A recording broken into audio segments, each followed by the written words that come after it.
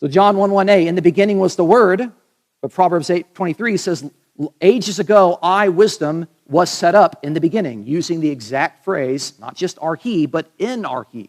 Wisdom was also in the beginning with God. Okay? Of course, the Word was with God in John 1:1, but wisdom has already said in Proverbs 8 that when he established the heavens, I, wisdom, was there. I was beside him.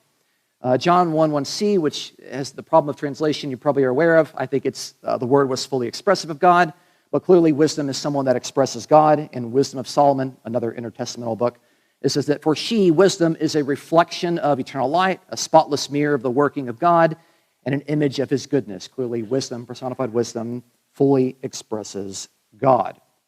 Okay? He was in the beginning with God. I do think that the prologue of John is personifying the Word, and so a pronoun is appropriate, okay? But clearly, wisdom has been personified in Proverbs 1:20. Wisdom is shouting in the streets. You know, she's like down there in the city, and she's calling out to people. What about John 1:3? All things were made through him. All things were made through this personified logos, and apart from him, not one thing was made. But look at what is said about wisdom. In Wisdom of Solomon, chapter 9, verses 1-2, a very important passage. Notice this.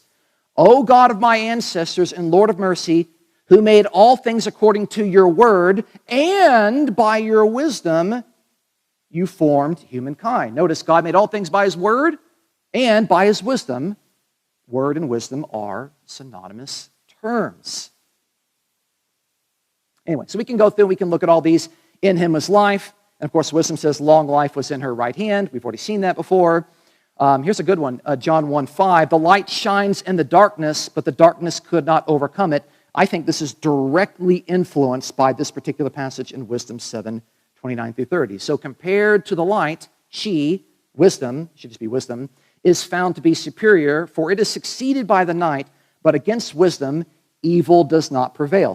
We can see the personified word was in the world didn't know him, he came to his own, but his own did not receive him. There's a sense of rejection. Well, was wisdom ever rejected? Proverbs 1, because I, wisdom, called and you refused. I stretched out my hand and no one paid attention. You neglected all my counsel and did not want my reproof. Wisdom was also rejected. But as many as receive the embodied word, to them he gave the right to become children of God. They received the right to become children of God. But look, in Sirach, my child, from your youth, choose discipline, and when you have gray hair, you will still find wisdom. So those who receive wisdom are called children. Those that receive the word are called children.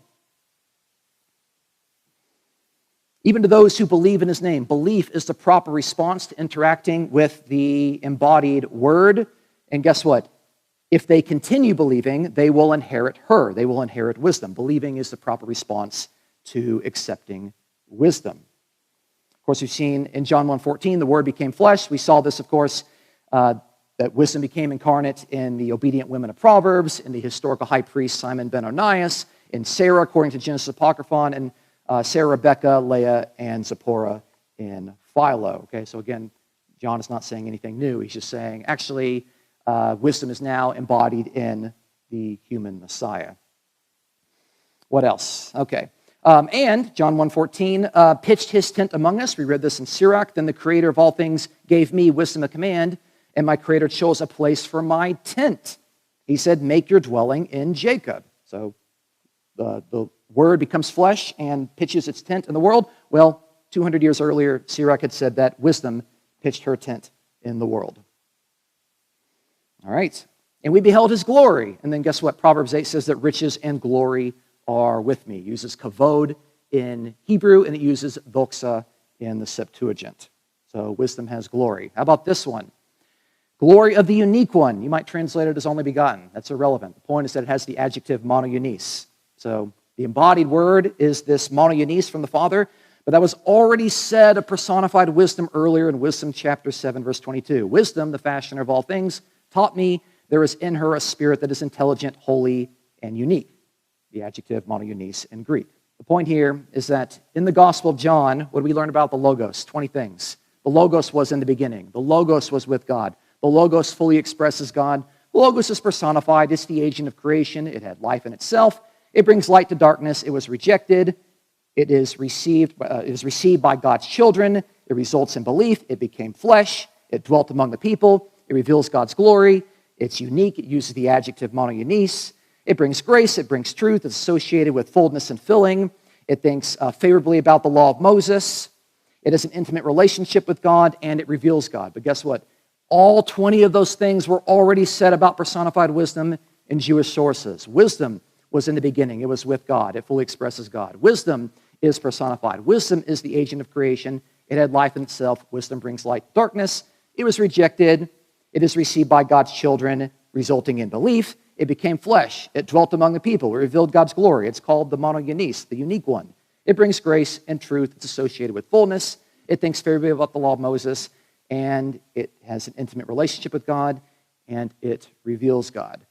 So I believe that I've demonstrated that the concept of incarnation was in pre-Christian Jewish sources, and the Gospel of John is dependent on this Jewish doctrine. It's not doing something brand new. The newest thing that it's doing is that it's saying that Jesus is the now climactic and final place in which wisdom or word has become incarnate.